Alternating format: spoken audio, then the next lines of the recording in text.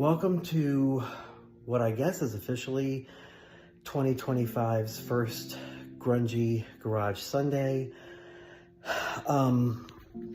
Today is working on the convertible. So give me a second and I'll show you what's going on.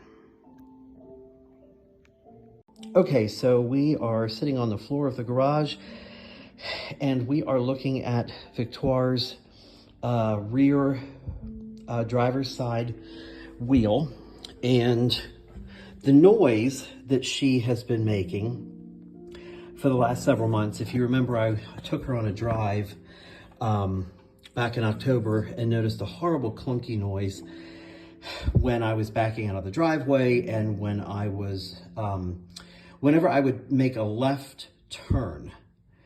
And I thought it was something up front, but it turns out it was actually here in the rear. And so what we have here, if I can get the light, there we go. So this here, you can see, this is totally shot. Now this is most likely, actually I'm absolutely positive it is, this is the original, these are called rear sway bar links. Now they're not integral to the suspension with regard to it being like a safety hazard for me driving the car, but they do help stabilize the suspension a little bit. So this end, of course, connects to the sway bar itself, which is this, and then this end here, which has completely come apart, this actually connects down below into the hub. And as you can see, it's 40 years old. All of the rubber bushing has deteriorated, and this end, just completely came dislodged. So what I was hearing was this. So whenever the car was backing out of the driveway, or whenever I was making a left turn and the body of the car would roll to the left a little bit, this is what I was hearing. So I bought new ones. Now, I don't know whether I'm actually going to be able to do this today or not. To be completely honest with you, it's going to depend on a lot of things. This is actually what they're supposed to look like when new. So this is a brand new one that I just ordered, and I ordered one for each side. When you replace one, you're always supposed to replace both sides just so they're both brand new. So this is what a new one should look like, and this is what the original one from the manufacturer. This is, and actually while I have this, yeah, so it's perfectly, okay, it's exactly the same size. So good, I got the right freaking thing. So yeah, I don't know whether I'm actually going to be able to install these or not. This shield is in the way. I am not enough of a mechanic to take all of this apart. So I'm gonna have to see if I can do this, but I have gotten the top bolt up here loosened so I can at least get this piece off. That may be all I end up doing today. We're gonna see. We're gonna see what we can do. Okay, so before I install this, I just wanted to show you. So this was the one on the driver's side that literally had broken apart. The ball joint, which fits in there, had completely come apart. And that was the problem with that one. I just removed this one from the passenger side, and you can see now this was down at the wheel hub. So the plastic was the plastic covering on this was still intact. The other side, this one would have failed any time.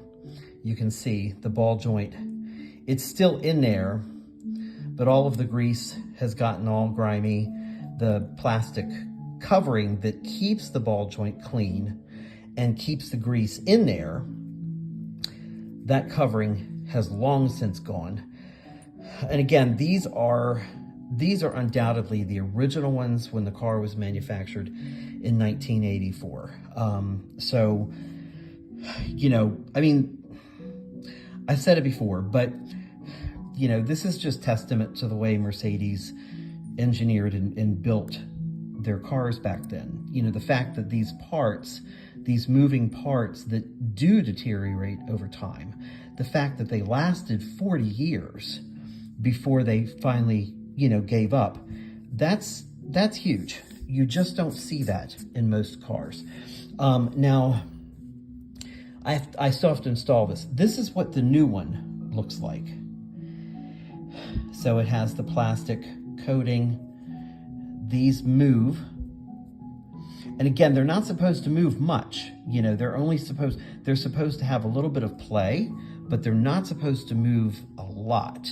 And, you know, with this old one, you can see it was moving a lot because it was just kaput. And so they definitely both need to replace. They always suggest when you do one side that you just go ahead and do the other, because, you know, especially if they're both the same age, they're probably at the same state of disrepair or disintegration or whatever you want to call it. So I'm getting ready to install this one on the passenger side. Now, I have said this before, but it bears repeating. There is something to be said about being able to take care of yourself and take care of your things on your own. And I never realized it myself until I became more independent. Just how important it really is. And, you know, I wouldn't trade all of this hard work and all of this learning for anything, because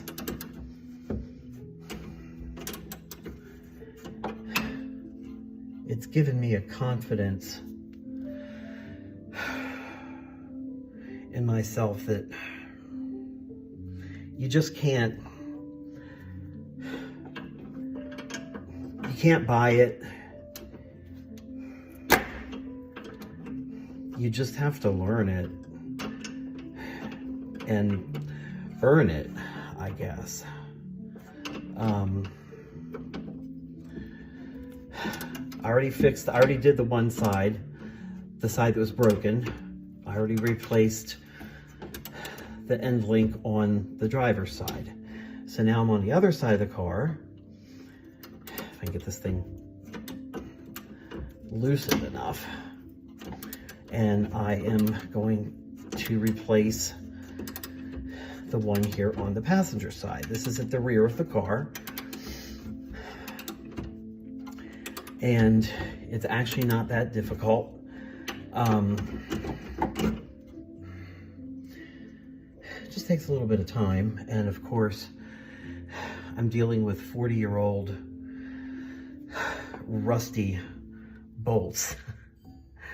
But we're getting it done. Okay, so we had a successful Grungy Garage Sunday. I have Grungy Garage hands. Gross. I never wear gloves because the gloves just make my hands sweat and they get in the way of everything and I just hate them. So now I'm gonna spend like the next hour cleaning myself. I don't even know why I got a shower this morning. But it's done. And, of course, you know, she's gorgeous. So I'm not going to test drive it today. It's been raining and the pavement is wet, and Victoire does not go out when the roads are wet. Plus, God forbid I fucked something up. I really don't want to know about it today. I'll deal with that another day.